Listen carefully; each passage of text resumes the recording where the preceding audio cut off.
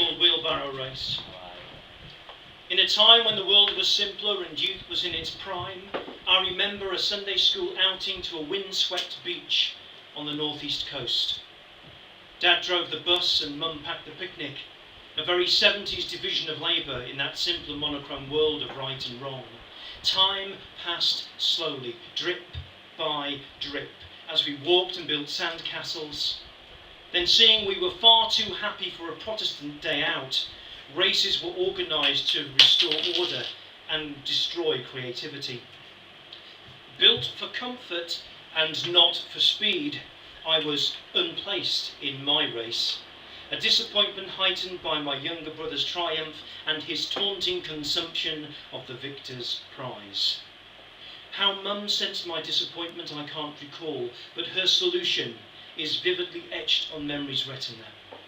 The intensity equalled only by the revelation, many years later, of how perfectly protective, loving motherhood was demonstrated on that day when the world was simpler and youth was in its prime.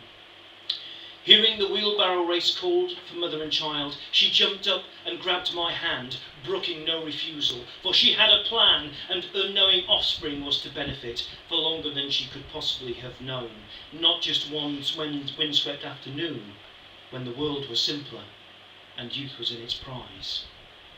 On your marks, the starter called, and I felt my heels secured under armpit, as elbows and arms and hands, finding purchase down my limbs. Get set sounded, as I was lifted, weight borne by my mother for not the first or last time. Go!